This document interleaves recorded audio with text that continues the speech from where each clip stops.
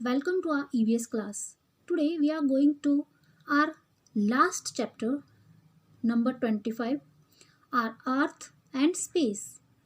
हमारा जो पृथ्वी है और हमारा जो स्पेस मतलब हमारा जो ब्रह्मांड है. तो आइए बच्चों पढ़ते. Shivam went to attend his maternal uncle's marriage along with his mother.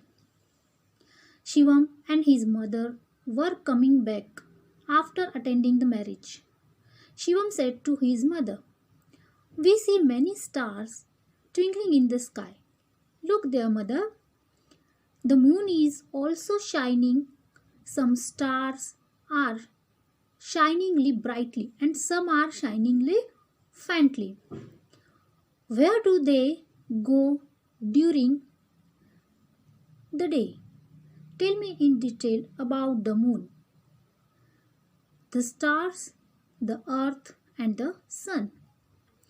बच्चों, आपके जैसे एक बच्चा था तो वो उसके मम्मी के साथ में कहाँ गया था? शादी अटेंड करने के लिए. किसकी शादी अटेंड करने के लिए? मैटरनल अंकल मतलब मामा की.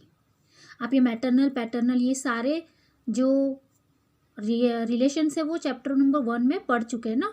तो आपको इसमें कन्फ्यूज़न नहीं होना चाहिए कि मैटरनल अंकल क्या होता है. तो मामा होते हैं मतलब कि मम्मी के भाई. तो आते समय उसने उसके मम्मी से एक क्वेश्चन पूछा कि मम्मी ये जो आकाश में कुछ तारे दिखते, कुछ तो बहुत अच्छे से चमक रहे, कुछ जो है वो थोड़े से फीके लग रहे, और दिन के टाइम ये सूरज, चंदा मामा, सूरज, ये चंद्रमा नहीं कहेंगे हम, चंद्रमा तो रात को दिखता है, लेकिन दिन के टाइम पे ये जो चंद्रमा और तारे है ना जो रात को सिर्फ दिखते हैं. तो दिन में वो कहाँ जाते हैं? क्योंकि दिन में सूरज की रोशनी होती है, तो सूरज तो दिखता है दिन में, लेकिन चंद्रमा और तारे हमें नहीं दिखाई देते. तो उसके मन में ये सवाल उठा कि ये तारे जो है और चंद्रमा ये रात को तो दिखाई देते हैं, लेकिन दिन को क्यों नहीं दिखाई देते? Discuss and tell what have you seen in the sky. आप आकाश के अंदर, आकाश में क्या क्या देखते हैं? तो तारे है, चंद्रमा है, सूरज है, बादल है ना. Why can we not why can we not stare at the sun? हम सूरज पे क्यों नहीं जा सकते? क्योंकि चंद्रमा पर तो हम जा सकते, लेकिन सूरज पे हम क्यों नहीं जा सकते? बच्चों नेक्स्ट पेज पर आ जाइए, page number 203. Mother said, "Shivam, the moon has no light of its own. It shines because of the light of the sun.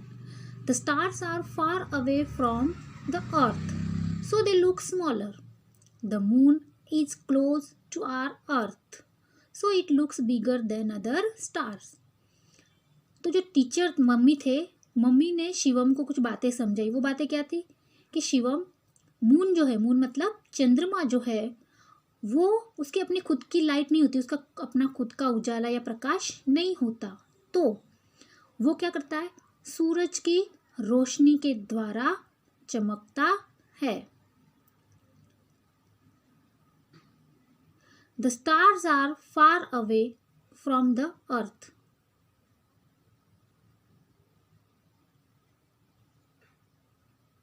जो तारे होते वो क्या होते? हमसे बहुत ज़्यादा, मतलब जो तारे होते वो अर्थ से, पृथ्वी से बहुत ज़्यादा दूर है, और वो इसीलिए हमें बहुत छोटे नज़र आते हैं. The moon is close to our earth. ये जो चंद्रमा है वो हमारे पृथ्वी के बहुत ही नज़दीक है. So it looks bigger than other stars. और इसीलिए वो हमें तारों की कंपैरिजन में बड़ा नजर आता है.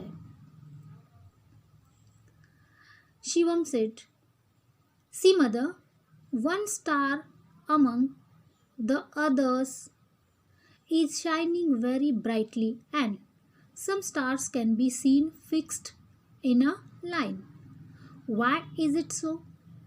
उसने दूसरा सवाल पूछा कि मम्मा देखो, एक जो तारा है ना, अमंग मतलब बीच में, एक जो तारा है तो वो सारे जो तारों के बीच में एक अचानक मतलब अलग से ही झलक के आ रहा है। जो एक तारा होता है ना जो बहुत ज़्यादा चमकता है, तो वो बहुत ज़्यादा चमक रहा है। और दूसरे जो स्टार्स है वो जो है थोड़े से मतलब एक लाइन में फिक्स है। तो ऐसा क्यों हुआ या फिर ऐसा क्यों होता है बच्चों? हमें ना आप देखना कि आकाश में कभी हम ध्यान से देखते हैं तो कुछ तारे होते हैं जो उनके फिक्स जगह पर होते हैं, मतलब वो उनको वहाँ अगर झलकना वहीं पर झलकेंगे, किसी दूसरी जगह पर नहीं। और कुछ तारों का अपना कलर होता है, कोई ब्लू में दिखता है, कोई रेड में दिखता है, तो उनके अपने कलर्स होते हैं। तो आप इसको ऑब्जर्वेशन करना कभी ऊपर। और कुछ तारे जो होते हैं एक लाइन में मतलब कोई आकृति बनाते हैं, तो उन तारों को हम क्या कहते हैं? तो यही सवाल शिवम ने अपनी मम्मी से पूछा। Mother said, the most brightly shining star is called the pole star, मतलब कि ध्रुव तारा। जो बहुत ज़्यादा चमक रहा है वो कौन सा है? ध्रुव तारा, जिसको हम पोल स्टार इंग्लिश में कहते हैं। बच्चों आपके जो दादाजी वगैरह होते हैं ना, उनको ध्रुव तारा के बारे में पूछना, उनको शायद पता होता है कि ध्रुव तारा जो होता है वो हमेशा नॉर्थ डायरेक्शन में ही चमकता है। मतलब उसका जो डायरेक्शन वो कभी चेंज नहीं होता है। नॉर्थ मतलब कौन सा आ गया हमारा? उत्तर, है ना, और साउथ मतलब दक्षिण। तो जो हमारा नॉर्थ डायरेक्शन है तो उसी नॉर्थ के साइड में आपका जो ये पोल स्टार है, ध्रुव तारा है, वो आपको हमेशा सुबह 4 से 5 के बीच में, सुबह 4 साढ़े 4 के टाइम में आपको दिखाई देता है। And the 7 stars forming one group are called Saptarishi constellation. Saptarishi constellation का मतलब होता है 7 तारों का समूह। मतलब ये जो आप आकृति देख रहे हैं, देखिए ये जो आकृति देख रहे हैं ना यहाँ पर, तो वो है सप्तऋषि कंस्टलेशन, मतलब कि 7 तारों का समूह। इसका जो शेप होता है वो स्पून की तरह होता है। देखिए बच्चों, है ना, ये जो ये डंडी है ना, ये डंडी है, और ये इसका आगे का जो चम्मच का भाग होता है स्पून का तो इस तरह ये स्पून का शेप बनाता है। इसको हम कहते हैं 7 स्टार्स। ये भी बच्चों आपको आकाश में दिख जाएगा, तो कभी देखने की कोशिश करना। At night the pole star helps the travellers in determining the 4 directions. बच्चों रात में जब पुराने ज़माने में लोगों के पास में डायरेक्शन देखने के लिए, वो रात को जैसे डायरेक्शन कैसे, चलो दिन में तो डायरेक्शन सूरज के हिसाब से देख सकते थे, जैसे सूरज का राइजिंग जो पार्ट होता है ना, राइजिंग साइड जो होती है, तो दिन को तो ये देख लेते, रात को कैसे करेंगे? तो रात को जब व्यापारी या कोई मुसाफिर रात को जब सफ़र करते थे तो वो पोल स्टार के मदद से क्या करते थे? ट्रैवलिंग करते थे, मतलब उनका डायरेक्शन ढूंढते थे। क्योंकि जो पोल स्टार है वो हमेशा कहाँ होता है? नॉर्थ साइड में होता है।